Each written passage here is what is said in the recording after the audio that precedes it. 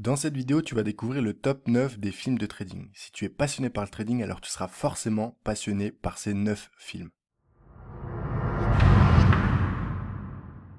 En 9e position, on retrouve le film Trader. Comment un jeune homme ambitieux et naïf a-t-il pu faire sombrer par sa seule entremise l'une des institutions les plus anciennes et les mieux protégées du Royaume-Uni, la Banque de la Reine d'Angleterre?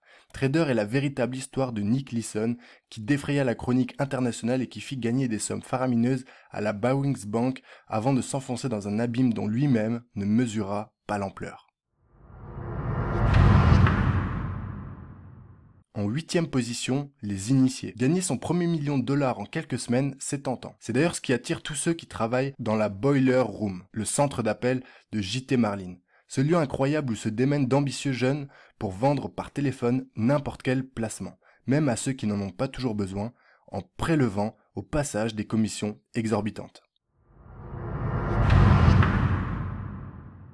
7e position, arbitrage. Robert Miller est l'un des magnats les plus puissants de la finance new-yorkaise. Fort d'une réussite exemplaire, entouré de sa femme, Hélène, et de ses enfants, dont sa brillante fille, Brooke. Il incarne à lui seul le rêve américain. Pourtant, au-delà des apparences flamboyantes, Miller est piégé. Il doit à tout prix vendre son empire à une grande banque avant que l'on ne découvre l'ampleur de ses fraudes.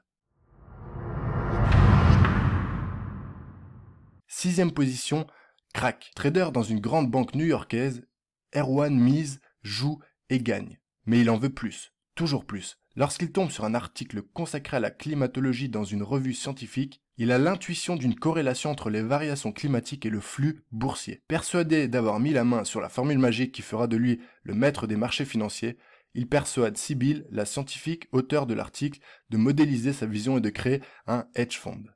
D'abord réticente, celle-ci se laisse convaincre de le suivre. En 5e position, Inside Job. La dépression mondiale dont le coût s'élève à plus de 20 000 milliards de dollars a engendré pour des millions de personnes la perte de leur emploi et leur maison.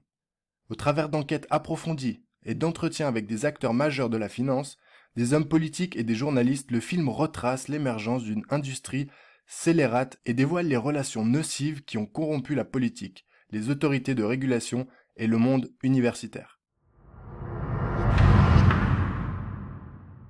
En 4e position, le sucre. Sur la base de la bulle spéculative sur le prix du sucre de 1974, Jean Carmé y incarne un petit épargnant qui y perd tout l'héritage de sa femme. Gérard Depardieu, lui, au contraire, est un courtier fantasque et sans scrupules. Entre les deux hommes si différents va naître une amitié et une complicité.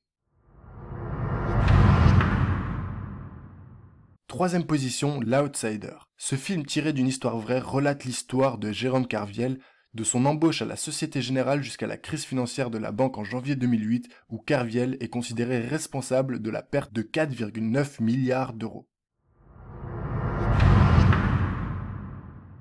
En 2e position, Margin Call. Le film évoque sur une période de 36 heures le déclenchement de la crise financière de 2008. À travers la découverte inopinée par les employés d'une banque d'affaires new-yorkaise de l'aspect toxique de ces actifs qui la mettent en danger de mort. Qu'ils aient ou non des états d'âme, les personnages font le nécessaire pour se débarrasser de ces actifs, tout en ayant pleine conscience de la réaction en chaîne qu'ils vont provoquer. Première position, Wall Street, l'argent ne dort jamais.